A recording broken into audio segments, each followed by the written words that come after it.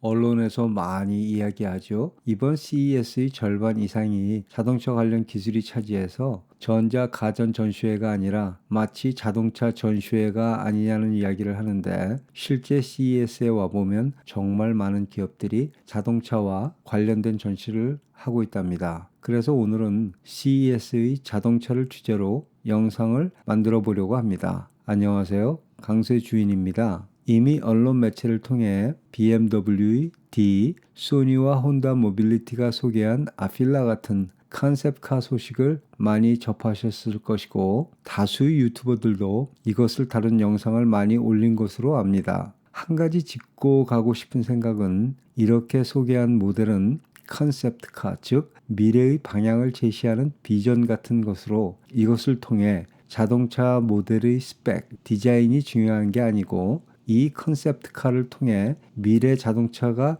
추구해 나갈 방향이 어떤 것인지를 이해하는 게 더 중요하다고 생각합니다. 나무만 보다가 숲을 보지 못하는 우를 범하는 경우가 있으니까요. 그래서 이 영상은 BMW D의 디자인이 어떻더라, 아필라가 소개한 스펙은 어떻더라, 뭐 그런 이야기를 하려고 하는 것이 아니고, 곧 다가올 우리 미래의 자동차가 어떤 방향으로 나아가고 그것이 우리에게 다가올 것인지를 생각해보고 여러분의 이해를 돕도록 해보려고 합니다. 참고로 이건 순수히 제 개인적인 생각입니다.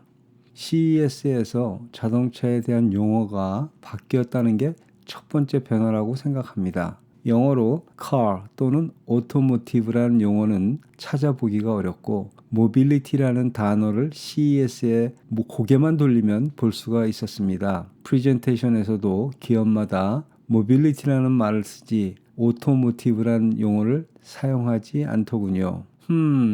이걸 의미하는 게 뭘까 하고 커피를 마시면서 생각을 많이 하게 되더군요. 그러다가 소니 혼다 모빌리티 프레젠테이션을 보고는 그렇구나 하는 생각이 들었답니다. 소니 사장이 퀄컴 사장을 초대하여 어떻게 두 회사가 협력 관계를 해 나갈 건지를 이야기하면서 한 이야기가 모바일 투 모빌리티라는 정의를 이야기하는데 무릎을 탁 치게 되더군요. 그러면서 예전 우리가 지내온 시간을 되돌아보게 되었습니다. 1980년대 초 퍼스널 컴퓨터가 나오고 업무가 향상되는 효과를 얻었고, 우리 생활도 약간 변화가 있었죠. 하지만 사회 전체가 혁신적으로 바뀐 것은 90년대 초 인터넷이 퍼져나가기 시작한 때부터라고 말할 수 있습니다. 90년대 말 확산된 인터넷은 우리에게 첫 번째 디지털 혁명의 파도를 가져다 주었고, 또 그때 휴대폰이 태동하기 시작을 했었습니다.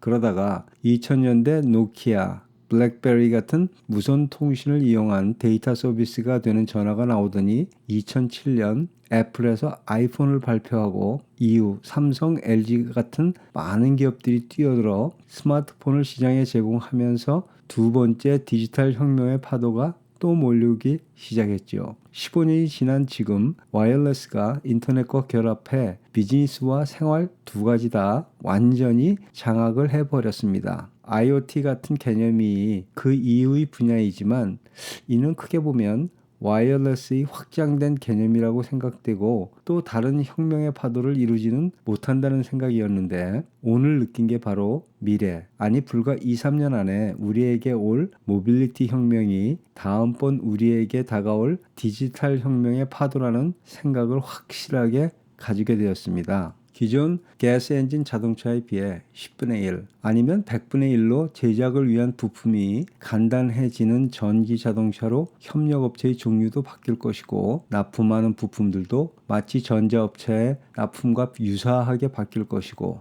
종사하는 인력도 획기적으로 감축될 것이며, 정말 엄청난 변화가 자동차 업계 전반에 걸쳐 닥쳐오게 될 것입니다. 이런 산업적 변화에는 여러분이 관심이 크게 많지 않을 것이므로 전문가들이 또 잘 알아서 할 테니까 여기서는 접고 소비자의 입장에서의 모빌리티에 관한 이야기를 하도록 하겠습니다. 자동차를 음반과 비교하면 쉽게 이해가 될 듯합니다. 지금까지 우리가 애용했던 엔진 자동차는 LP 음반 같다는 생각이 듭니다. 프리우스 같은 하이브리드 차량은 CD 음반이며 가장 크게 성공한 테슬라는 MP3 플레이어라고 생각합니다. 예전 크게 인기가 있었고 성공했지만 지금은 그 이름을 듣기조차도 힘든 아이리버 MP3처럼 테슬라도 앞으로 5년 뒤에 지금과 같은 위치를 지킬 수 있을지 의문입니다. MP3는 아이폰이나 안드로이드 폰 같은 스마트폰으로 완전 대체가 되었죠. 앞으로는 테슬라는 잊혀지고 혁신과 기존 업체 간 콜래보레이션 등의 결과로 우리에게 다가올 자동차가 바로 이런 스마트폰 같은 모빌리티 관련 기업의 제품이 시장을 장악하는 아이리버 같은 결과가 오지 않을까 하는 생각도 듭니다. 지금까지 자동차는 운전의 즐거움을 주고 나를 A에서 B까지 이동을 시켜주는 장치였다면 모빌리티는 인터넷, 인공지능, 전기자동차, 각종 전자기술이 모두 융합되어 생활의 편리성, 안전성, 통신 기능, 오락 기능 등을 제공하는 획기적인 기기로 우뚝 설 것이며 기존 개념의 자동차보다는 전자기기 개념에 가까워질 것이라는 생각이 강하게 들었습니다. 바뀌는 세상에서 삼성과 LG는 그들의 장점인 디스플레이와 배터리 등 관련 기술을 이용한 새로운 제품으로 지금 휴대폰 시장에서 메모리와 반도체, 디스플레이 선두주자를 차지했듯 앞으로도 그렇게 훌륭한 사업을 펼쳐나갈 것이라고 생각하며 기존의 자동차 업계는 초반에는 스스로 모든 것을 해결하기 위해서 많은 투자와 노력을 펼쳐나갈 것이라고 생각을 합니다. 하지만 예전 자동차 산업과 달리 소프트웨어라는 것을 생각지 못하고 사업이 중요한 부분을 차지한다는 것을 깨닫게 될 것이고 과연 이것을 자체적으로 해결을 할 수 있을까 하는 의문이 듭니다. CES의 모빌리티 관련 업체 중 제시한 비전이나 방향이 성공 가능성에 커다란 물음표를 주는 기업들도 참 많았습니다. 현재 애플의 카플레이와 구글의 안드로이드 오토가 마켓 리더의 위치에 있는데 소니가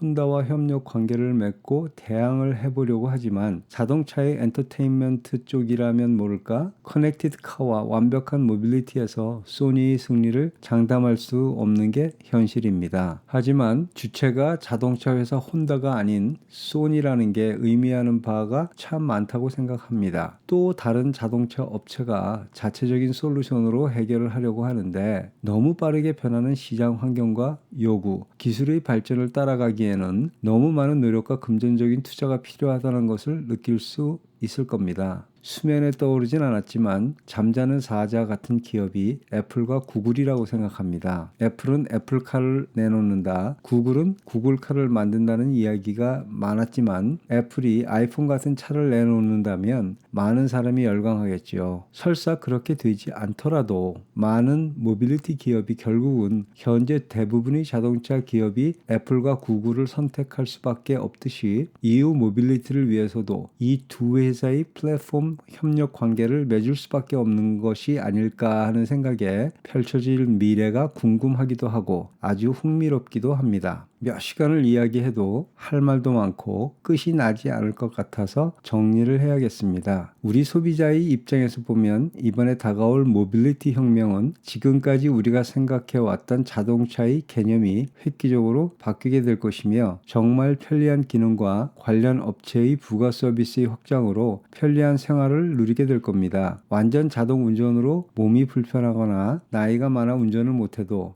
자동차가 내가 원하는 어디든지 데려다주고 또 지금과 같은 답답하고 불편한 자동차 여행이 재미있고 편안하게 바뀔 거라 믿어 의심치 않습니다. 여러분도 관심이 있다면 여러분에게 다가올 자동차의 미래가 어찌 펼쳐질지 살펴보시면 흥미와 상상의 즐거움을 주지 않을까요? 제가 생각을 해보고 CES에서 소개된 여러 컨셉트카를 심도 있게 소개하고 미래의 정보에 관한 2탄 영상을 제작해 올릴지도 모르겠습니다. 제가 항상 인사할 때 드리는 말처럼 웃음이 가득하고 행복이 오늘부터 시작되는 즐거운 인생 출발점이 지금이 되길 기원하며 다시 곧 찾아뵙겠습니다. 안녕히 계세요.